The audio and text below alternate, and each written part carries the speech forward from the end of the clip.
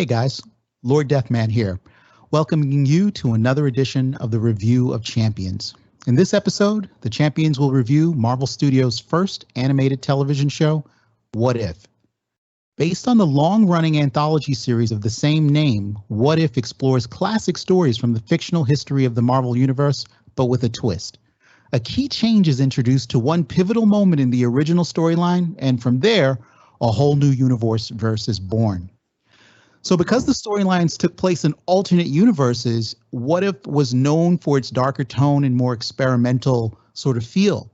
But now that Marvel Studios is applying the same concept to the MCU, the Champions had to step in and discuss the very first episode of the show, which is called What If Captain Carter Were the First Avenger? Before we get started, if you're new to the channel, consider hitting the subscribe button or risk being lost forever in an alternate universe. And if you're enjoying the discussion, hit that like button. It really helps out the channel. Before we get started formally, I am going to point to our special guest today joining us from the MCU's Bleeding Edge, Jeff Sloboda. You have a special message for the Champions and the audience here?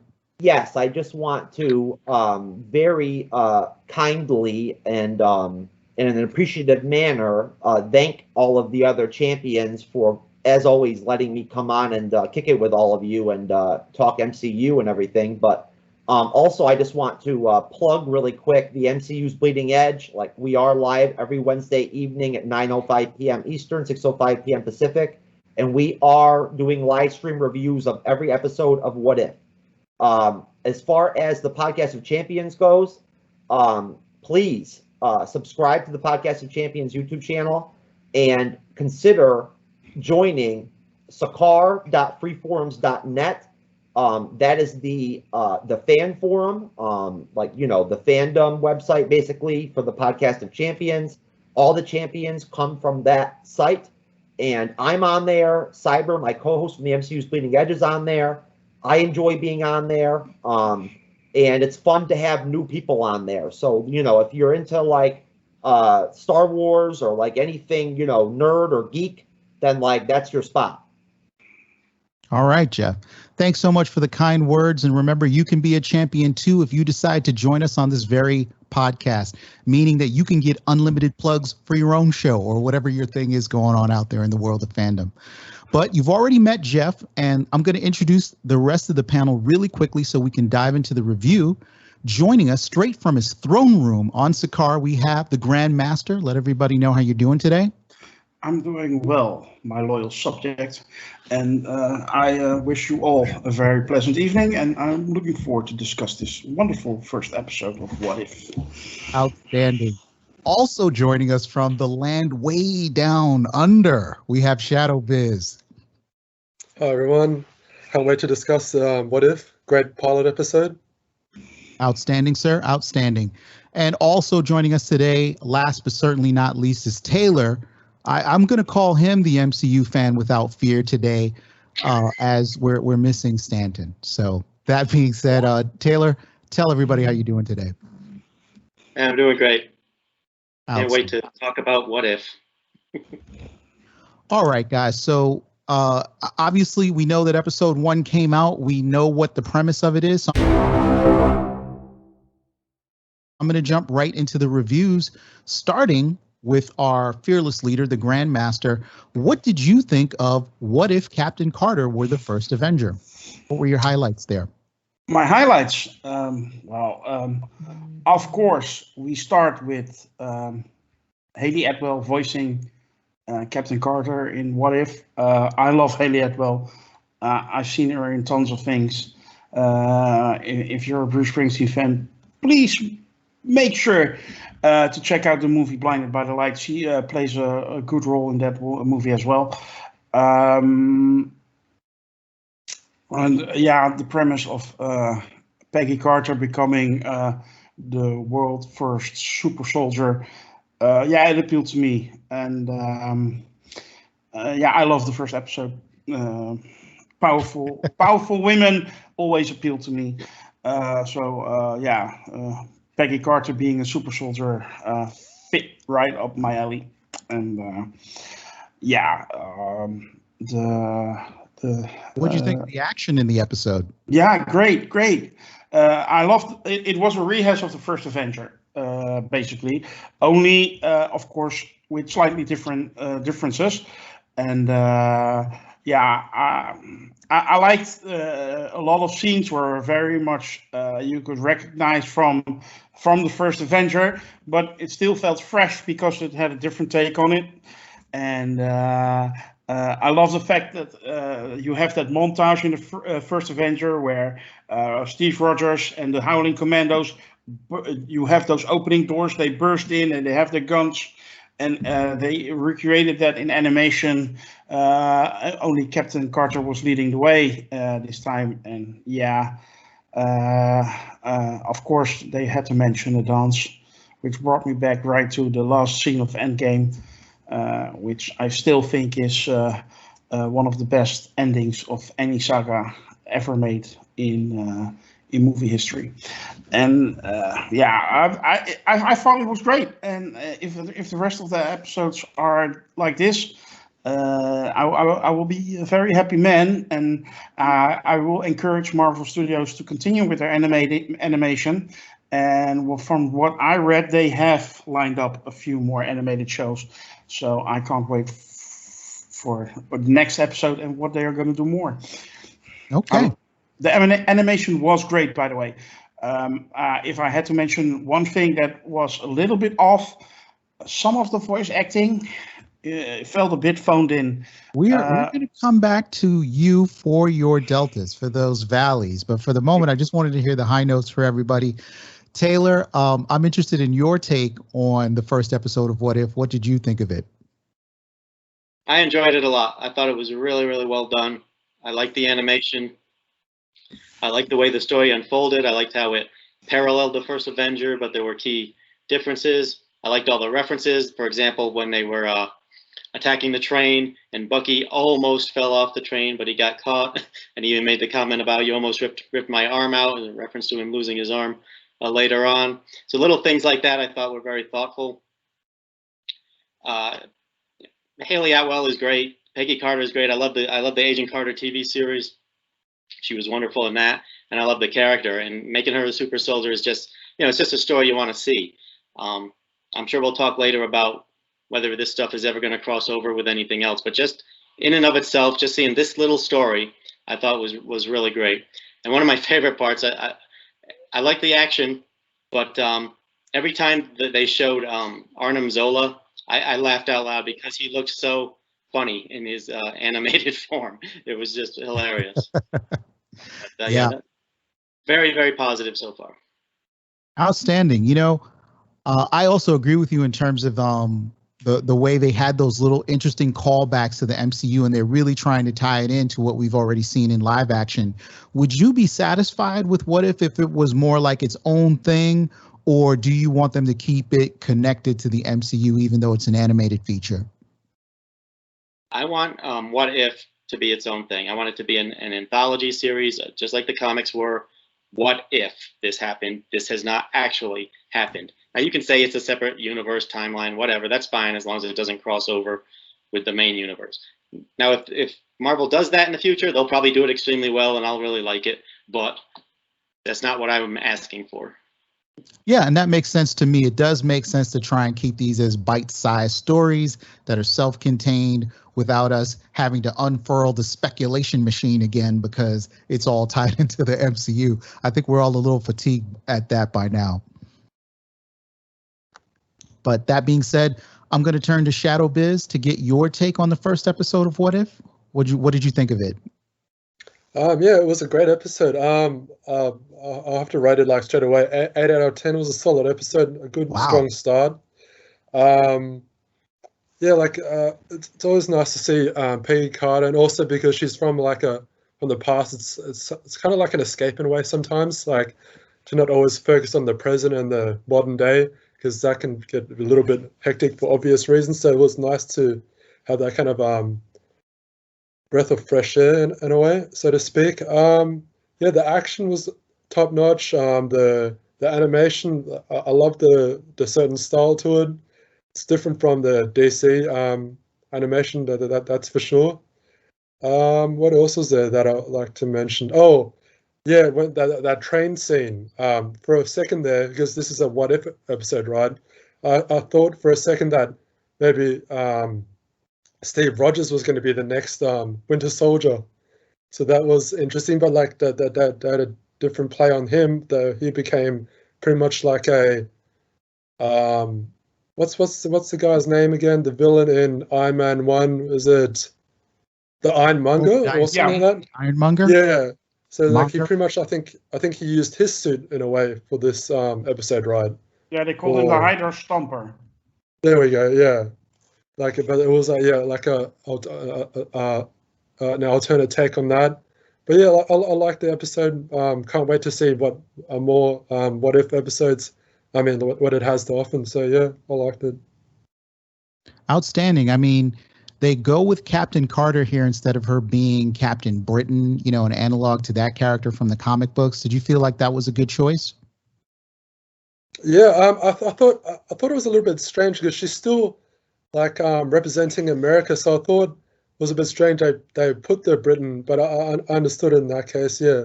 But sure. Yeah, I mean, she's decked out in the Union Jack, so there's no mistaking who she's representing.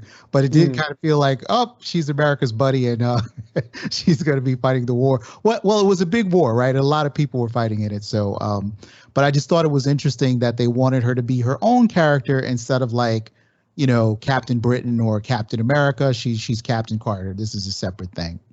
Yeah, true.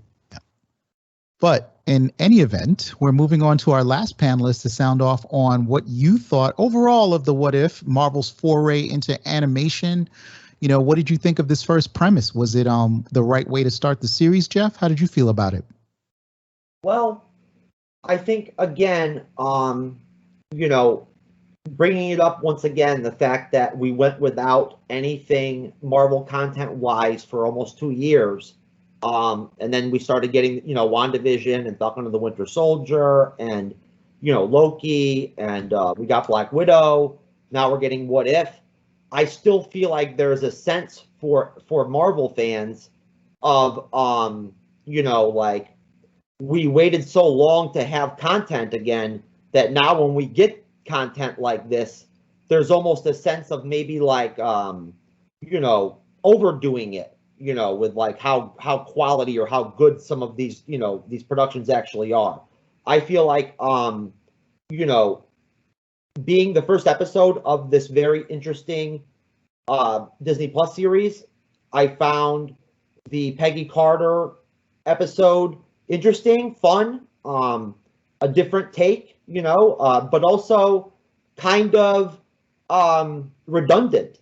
Because again, like all they did was just give us the basic storyline of the first Avenger, replayed with like the roles reversed. You know, like it was cute that like Peggy and Steve still connected and still had like their like romantic feelings for each other and everything and whatnot, even though Steve stayed like a weakling and like and she became like this big muscular chick. Like, you know what I'm saying? Like. Right. They still were feeling each other. You know what I mean? Like Steve didn't mind the muscles, you know? So like that was cute. You know, and like but still like the fact that they had her jump in right from jump in her like first fighting scene and she like figures out that she can like not only just like stop a friggin' like 80-mile-an-hour truck driving into her and like just stop it. She can also pick it up and throw it over her head. Like right. 20 feet down the road. Like, you know, I don't know. I mean, I've heard people say before that they think that in the MCU during Cap's time that they kind of like partially like tried to make him less powerful than he actually was or like less, you know, less strong than he actually was. But I felt like that was a big leap to like have her take the super soldier serum just like Steve. And like, let's be honest here, in the MCU, you never see Steve Rogers do anything like pick up a vehicle and throw it over his head. You know what I mean? Like he never did that. And the differences between the flexibility you have with animation and what's possible in live action. But you bring up a really good point there, Jeff. And I saw a lot on social media that Peggy Carter's, you know, Captain Carter Super Soldier was drawing a lot of comparisons to Wonder Woman. You got A bigger woman, Amazon status. She's got the shield. She's got the sword. Did you feel like they were kind of lifting from the Wonder Woman book, or does Captain Carter feel like a separate sort of unique character? No, I do feel like Captain Carter does have her own unique place kind of in the MCU, because let's be honest here, if we had a actual member of the opposite gender here on the show to explain this, which we don't, they would tell you that Peggy Carter is pretty damn popular among like female MCU fans. They like Peggy Carter. Yeah. You know what I mean? Like they do. They don't forget about her. Like it's no surprise that they picked Peggy Carter for the first episode of What If, because I'll tell you right now, there's a lot of traction out there, like amongst the fandom, that like the first thing that Marvel should be doing is bringing Peggy Carter, Haley Atwell back for some kind of live action series or something based off of this episode. And not only that, I'm pretty positive, if I remember correctly from the trailers, this is not the only time we're going to be seeing Peggy Carter in What If. We're going to be seeing her again in other episodes. Yeah, I certainly hope we do get to see Captain Carter again, because I thought she was an awesome character. I love the action. They showed in the trailer, Lord Deathman, her interacting with Doctor Strange. So obviously that's in a separate episode. And I just wanted to point out also that, look, Jeffrey Wright has to be talked about. The fact that they actually did the exact same carbon copy intro, outro of The Watcher of Uatu from the comics, and they had Jeffrey Wright read it. I'm telling you right now, for me, the only part of that entire episode that actually gave me chills or like impacted me deeply was hearing Jeffrey Wright do that audio. I was like, man, this is freaking like crazy good, like disgusting. And like that just shows you like where things are at with Marvel Studios at this point compared to like maybe 10 years ago. At this point, trained actors, character actors that have done plays, have done stage and everything and whatnot, not only are they willing to come like be in Marvel Studios, they want to be a part of Marvel Studios. Like they're begging to get into these They'll films. take even bit parts and voice roles at this point. There's no denying that Marvel is creating the brain drain, the talent drain in Hollywood in terms of their shared universe. Competitors are probably working hard to attract talent, whereas for Marvel, it's like, look at our track record. And last point, Julia Louis-Dreyfus was like a literal, like, the fact that they grabbed her and they stuck her into the MCU, that's a big deal. It's a get. It was a get. I mean, seriously, like she's in demand. Like her career's not over. People like her as a character. Like she could do whatever she wanted to. And the fact that she's in the MCU, and not only that, wanted to be in the MCU on her own, and had one of those like, secret meetings with Kevin Feige and everything years ago, and all that. Like that just shows you again that like it's not only like people can talk shit about the MCU and Marvel Studios and say that like the movies are like, overrated or whatever, or this and that and everything. But like at the end of the day, like, honestly, all of the best when it comes to actors and actresses want to be in the MCU. That's it. It's that simple. Yeah, and, and I'm not meaning to cut you off here for time, Jeff, man. But I totally get what you're saying in terms of them being able to attract top talent to do what really amounts to just a little bit of voiceover work. And Jeffrey Wright was the absolute right choice for The Watcher. I want to check out what Grandmaster has to say as a follow-up here, though. Yeah, coming back to what Jeff has said. First up, I thought Steve Rogers did throw a motorcycle at a certain point in the movies over his head. So it's not unlike he's not done some powerful stuff. But they took it to the next level with a truck. I agree with that. And Haley Atwell is the best girl in the MCU. And I get why she's amazingly popular with the female fans of the MCU. And I wish they would bring back her, the Agent Carter show MCU TV did a few years back, which they left on a cliffhanger. I hope there's a little hope in me that at some point they will finish this. They will finish this show properly, but that's just a personal note. That is awesome. So we know who the first signature on the petition is going to be for the live action version of Captain Carter. Grandmaster is going to be number 1 on that list. Should be enough. I do want to go around the virtual table here and sort of talk about any dislikes. But first, Jeff stepped up and he says he has a question for the panel. So I will entertain it. Yes, I'll try to put this together the right way. Basically, we only have the first episode to work with, right? But like I already mentioned, we all already know that there's like, at least like, when it comes to the female MCU fans, there's a big push for like, oh man, this means that they should definitely do live action now with Peggy Carter again, like bring her back and everything.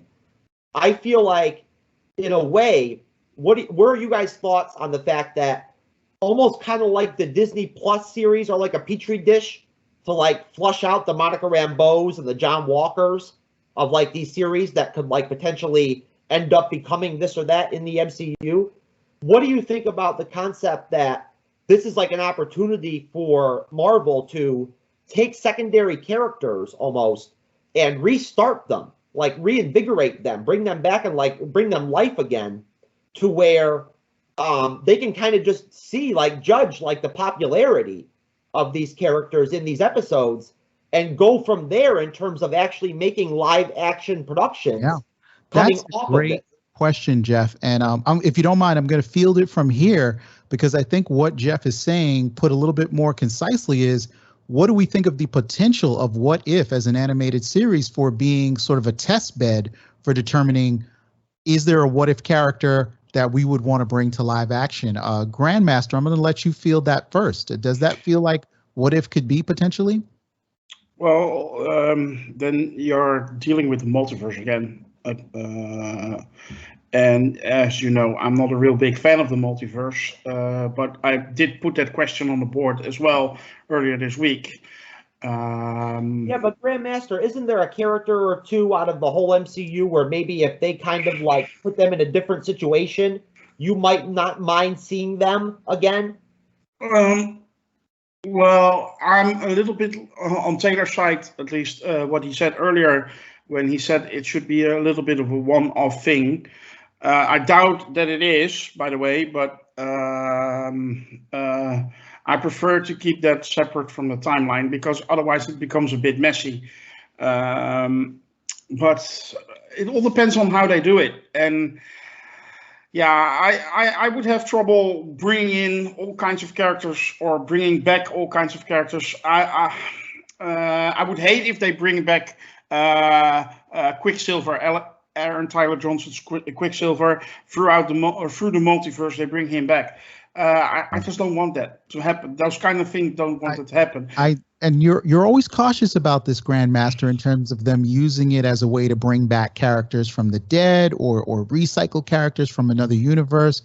But I think what Jeff is getting at here is that if there's a standout character, let's say Captain Carter, one day she just crosses over into a live action film, could What If really satisfy? Could it scratch that itch for some fans? Well, what if they took Yondu and said, you know what? People really like Yondu, and they do the episode with Yondu and like T'Challa, and all of a sudden they decide to do like a Disney Plus series with Yondu. Yeah, it depends on in which universe it would take place. And I don't think that will happen simply because James Gunn has said Yondu is dead and will stay dead. So, but that's another discussion. Yeah. But I'm not a real big fan. I actually would like to see the current universe develop further. And I know we're on the multiverse storyline right now. I trust Marvel to handle it well in a way that is satisfying for everybody. And make sure that some hardcore fans like me can live with it. But I think when the multiverse is finished, I hope Doctor Strange will finish that storyline. I doubt it because we have Ant-Man later. But at least when it's done, it's done. And I don't want it to recycle and recycle. But that's just my personal view. A fixed property of it. I think we get what you're saying, Grandmaster. Always carefully cautious about the multiverse. But I want to go to Taylor now on this sort of surprise question that we've had for the panel here. Do you think you'd want to see any of the characters from What If kind of jump off into live action, Taylor? Well, I agree with Grandmaster. I don't want to see characters in these alternate What If universes cross over into the main MCU live action. However, like Peggy Carter, for example, as Grandmaster said, I wouldn't mind seeing her story within the Prime universe finished. And if this episode kicks that movement in the butt and to make it happen and shows Marvel that there's an audience for it, that's great. Or like Jeff said, I wouldn't mind seeing a not bring Yondu back to life. No, flashbacks. But a prequel series of Yondu and the Ravagers in the Prime universe. And again, if this series, is like you said, a test bed to see just how much reaction there is to some of these side characters, then I'm fine with them being brought back again. Other stories about them in the main universe, not other stories about them in their alternate What If universes. That makes a lot of sense to me. There has to be a balance with it, but I think we're all on the same page that there could be some potential there. Biz, the silent guest at every meal, can you tell us a little bit what you think about these characters jumping into live action from What If? Yeah, sure. I don't mind it at all. It also I understand the caution. It really depends on. Well, it comes down to the writing. And I understand what Arch was saying. We've had this discussion before, whereas you can't use it as a magic hat and just pull a rabbit out of it all the time. Because it becomes it takes away the I don't know how would you say it the naturalness away from the MCU. It'd be kind of forced. I mean, it would be kind of like a cheap trick just to keep pulling out characters from the multiverse. But again, on the other hand, though, yeah, I wouldn't. I mean, there's so much potential there. This is a multiverse we're talking about. There's a ton you could do with it. It's limitless. In terms of in terms of the real creatives, they can do literally anything they want. It's like a paradise for them. So I definitely want to see more of it. I mean, and also maybe What If live action movies are part of their own universe, maybe one-off movie, like they had the one-shot comics. I wouldn't mind having one-shot movies. I wouldn't mind one character transferring from that universe to the MCU. I wouldn't mind that at all. But not everything at once, of course not. But yeah, I'm very open to it.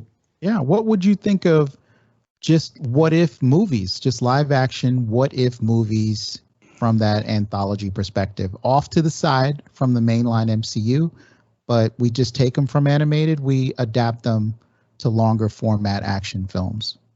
Yeah, definitely. They can even be holiday specials and stuff like that. I'm all in. All right. Well, Jeff, that was a really interesting question. Thanks for bringing it to the panel here. I want to take your comments on this. You would have got to it, Lord Deathman. I know you already had it in the. You already were planning on bringing it up anyway. Just in case I didn't, it's always great to have someone like Jeff riding shotgun. So no, and hey, it's great. It's great to have similar opinions and similar, thoughts when it comes to how we view these series and these shows. But I feel that concept of actually doing a film based off of What If, doing a full movie based off of one of these stories, I actually see that as being more tangible or realistic than doing a Disney Plus series off of it, to tell you the truth. But because then you could contain the story into one shot, but I feel again, of course, without question, just like Grandmaster said, just like Taylor said, this has got to be handled the right way. There's a fine line here. You can overdo it very easily, and you don't want to come off the wrong way. But I feel there's a lot of potential with this, and what I'm really looking forward to is they have not made this clear yet, but I would assume that just from a common sense standpoint, What If would become a staple Disney Plus series that comes out like every year. You know what I mean? Like we get every year. And at that point, once we go down the road and we start mixing in mutants and the Fantastic Four and and all that into like this mix, I think that just like explodes the possibilities of it's what could got to be a platform that we continue to see, because they've had enough years of content built up in the MCU to actually have enough content to do what if variations on that. So I do think and hope that it will be, a fixed part of the Disney Plus. I want to get back to the panel, get us back onto this incredible episode of What If.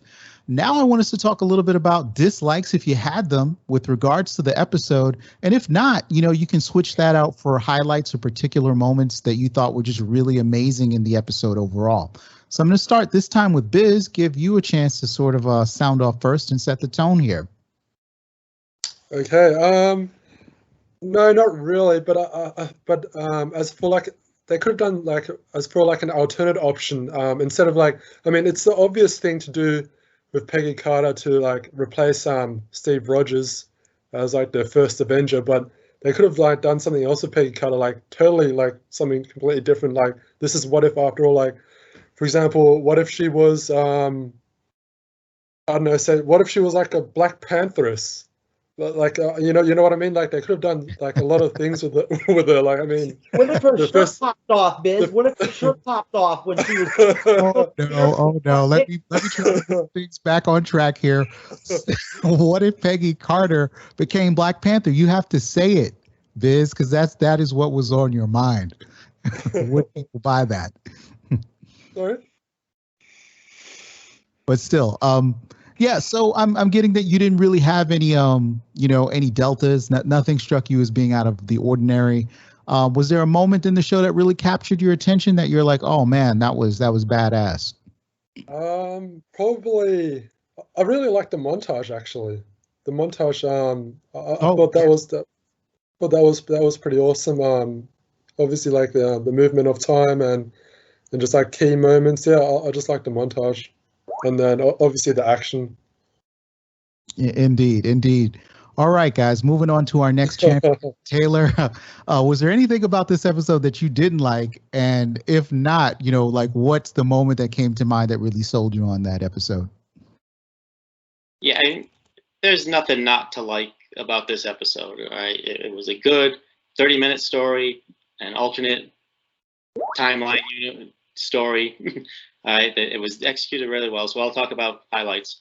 I just want to point out, I love cartoons, and I really like the animation in this. It really reminded me of like old school classic Disney animation, like Atlantis and the Lost Empire, or Beauty and the Beast. It really reminded me of that heyday of, and sometimes even some of the older stuff from Disney too. So I like that about the animation.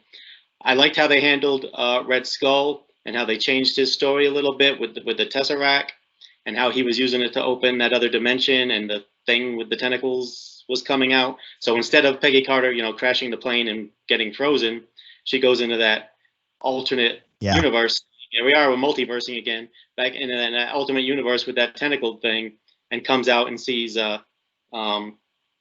Nick Fury 70 years later. So I liked how they twisted that. They changed that a little bit. And I also really liked how Steve Rogers became that Iron Man type character with the help of Tony Stark's father. And I love how he didn't just get pushed to the side. He was still in it. He was still part of the team, and a superhero again in his own right, even without the super soldier serum. So those are all just some of the highlights for me. And again, it was a 30-minute story, excellently done. There's really nothing to dislike about it. Yeah. Did you feel like some of the heroes that would have been heroes in our main continuity actually aren't becoming heroes? So if Steve Rogers is getting the Hydra Buster, the Hydra Stomper, then, what's going to happen to Tony Stark a little later on down the line? We're not going to see the traditional Iron Man. So some people who kind of took on hero personas are sort of being pushed to the background. Did you feel like those were poor decisions, or did you just like them mixing it up a bit? No, I'm interested to see what they do with those other characters. I want to know what Tony Stark does when he doesn't get captured by terrorists and held in a cave for months. But he does see, that bomb with his name on it being used to kill American soldiers. So he's going to do something. We just don't know what. And I'm interested to see what they do with a lot of characters like that. Maybe some of them will become like the background characters. They'll become like the Agents of S.H.I.E.L.D. In the background, or the Alfred character, the Oracle character, for pulling from DC lore, as opposed to becoming the main hero, and someone else will become the main hero. I mean, we just don't know, and that's what's great about this series. Yeah, for the first time, we really just don't know. That's a great answer, Taylor. So I want to turn to the Grandmaster. Tell me about anything you didn't like in the episode, and if it was, a straight like throughout the whole episode, was there anything that really stood out to you as a moment that you thought was memorable? Well, I mentioned the thing that was memorable to me when they opened the doors and the Howling Commandos, led by Peggy Carter, stepped in, like a direct copy of that scene in the first Avenger. I love that, by the way. Taylor, by the way, great detail to put the first Avenger up on your display in the background, by the way. And but there was one little thing that bothered me a little bit, and that was some of the voice acting felt a bit phoned in, especially, and I hate to say it because I love him to death, but Sebastian Stan didn't bring his A game. At least it felt like that to me. So, I think there is a thing. I think voice acting is a craft on its own, and not everybody who is a great actor in live action is also a great voice actor. And I think that showed, and that's something that Marvel Studio needs to consider. I wouldn't mind if they bring in other people to voice characters we know. They do that because some of the people are not coming back, like Chris Evans or Robert Downey Jr. I rather they have a great voice actor voicing these characters than grabbing the actor that did the voice or played a character in the MCU, bring them in and not bring their A game, if you know what I mean. Yeah. Well, I can tell you I didn't have any problems with the voice acting in the episode. I thought it was all very good. But I totally understand what you're saying about the fact that just because you're a great sort of live action actor and you know how to do that part of the craft, it doesn't mean it's automatically going to translate to voice. So I think that's a valid criticism, even if I don't specifically agree. Yeah, well, it's a minor issue. It was a minor issue to me. It was not that bad, but it missed the beat at a few moments. Other moments, no, it was great, but yeah, it lacked a little bit at certain moments. And I wouldn't be fair if I picked that up. I wouldn't point it out while we're reviewing this. So yeah, understood. And Jeff, the man of the hour, did you have any dislikes on this particular episode? And if not, what really stood out? What was your sort of, this is a winner moment? I've got some dislikes, and then I've definitely got some some stuff that it just occurred to me that is kind of interesting. Depending on what type of humor you like, you know what I mean? Just give me a minute and I'll explain. But no. Okay, so just check it out, all right? Right off the bat, Steve Rogers takes 2 bullets to the stomach or the lower abdomen, and he's just laying there whatever about it, flirting with Peggy and shit, everything's hunky-dory and everything. I'm sorry, but in real life, when you take 2 bullets from 10, 15 feet from a handgun to your chest, abdomen level, especially if it's even lower, in your gut, that's how you bleed out. You know what I mean? So you're not just chilling at that point, being hey Peggy, I can't wait to dance or whatever. You're not worried about that. So that was kind of stupid. You know what I mean? Just to be honest, okay. I mean. And then on top of that, I was thinking to myself, how would the whole dichotomy work with jacked out Peggy with the super soldier serum and 73 pounds when soaking wet Steve Rogers? Does he have to put the iron on? When they go in the bedroom, does he put the iron on first? so he can like play with Peggy and doesn't get broken. Like, but anyways, I just felt like just because it's animated doesn't mean they need to dumb down characters.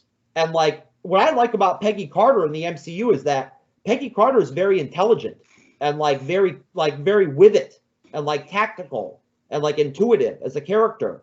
And I feel like they kind of took that away a little bit from her in that like What If episode, and they made it kind of like more like tuned in towards like the fan base with how like with her vocals and like her lines and stuff like that. It was kind of poppy and like kind of like I don't know, just like like forcing humor, like, you know what I mean? Like, I think I know what you're getting at here. You're right. She's usually very sharp, very witty and on it when we're seeing her in her own series or in the first Avenger. But here she kind of hulks out, right? And like her intellect drops just a little bit as she's getting used to these. I mean, look, Lord Deathman, when you watch that that Avengers Endgame second trailer a couple of years ago, where she's narrating the Captain America scenes of the trailer, and she's saying like, we can never go back. The best we can do is to start over or whatever. You know what I mean? Like that was like seriously compelling for me. That part of the trailer was extremely like powerful to me, and like Peggy had that ability, like with her words. So I just feel like I don't want to see them dumbing down characters just because it's animated. Like it's not necessary. I'm not going to say that I would go as far as it was a dumbing down, but I do see what you mean, and I think you have a legitimate criticism in that. She really turns into like the Incredible She-Hulk at certain moments instead of being as surgical and tactical as she might be in her thinking. They took away her charm, Lord Deathman. Like they took away her charm. If I may add on a little bit, I think her British wit was lacking a bit. The moment in the first Avenger when she's a little bit mad at Steve for kissing, or Steve being kissed by what's her face from Game of Thrones? I forget her name. Natalie Dormer character. And then she takes a gun and shoots the bullets, and then she says, "Yeah, I think it works." That cold British wit, and that was lacking definitely in this episode. Characterization. Yeah, and those are all interesting observations, and I tend to agree with them, guys. So, Jeff, thank you for bringing that to the table because we were kind of all in a love fest here, but now we've got something to think about. But guys, I quickly want to go around the table. Give me one liner, your grade on the episode.